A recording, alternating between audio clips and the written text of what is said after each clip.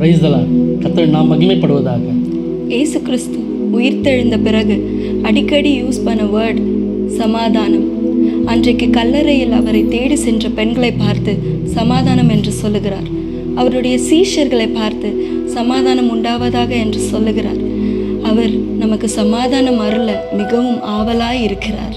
இன்றைக்கும் இந்த உலகம் சமாதானத்தை தேடி எங்கெங்கேயோ போய் கொண்டிருக்கிறது. சமாதானத்தை தரக்கூடிய ஒரே தேவன் நம்முடைய ஆண்டவராக இயேசு கிறிஸ்து மாத்திரமே. அவருடைய பாதத்தை நோக்கி உட்கார்ந்தா போதும், மனம் நிறைந்த ஒரு சமாதானம் நமக்கு கிடைக்கும். இதே சமாதானத்திற்காக தான் தன்னுடைய பணங்களை செலவழிக்கிறார்கள், தன்னுடைய நேரத்தை செலவழிக்கிறார்கள். எங்கு சென்றாலும் கடைசியில் கிடைக்கிறது நம்ம நஷ்டம் மாத்திரமே. ஆனால் நம்முடைய ஆண்டவரை நோக்கி பார்க்கும் பொழுது அவர் தெய்வீக சமாதானத்தினால் அவர் நம்மை நிரப்ப அவர் போதுமானவராக இருக்கிறார்.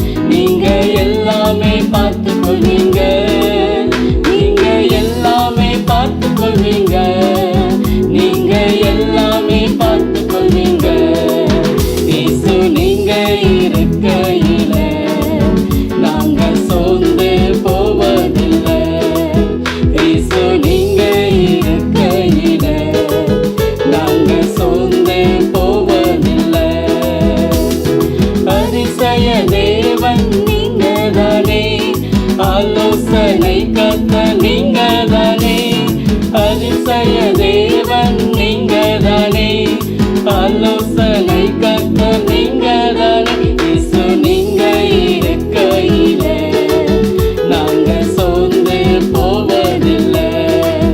இயேசு நீங்க இருக்கையில நாங்க சோர்ந்து போவதில்லை.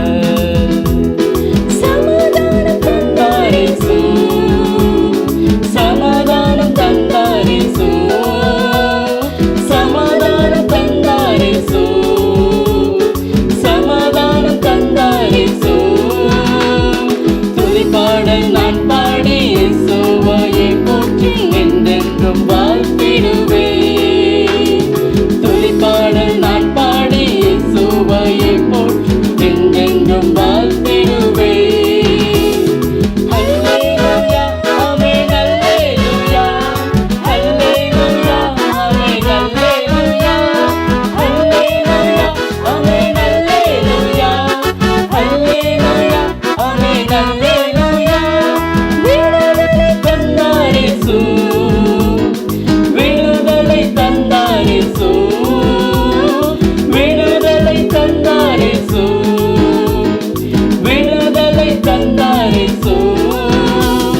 துதிப்பாடல் நான் பாடி இயேசுவையை போற்றி என்றென்றும் வாழ்த்திடுவேன். துதிப்பாடல் நான் பாடி இயேசுவையை போற்றி என்றென்றும் வாழ்த்திடுவேன்.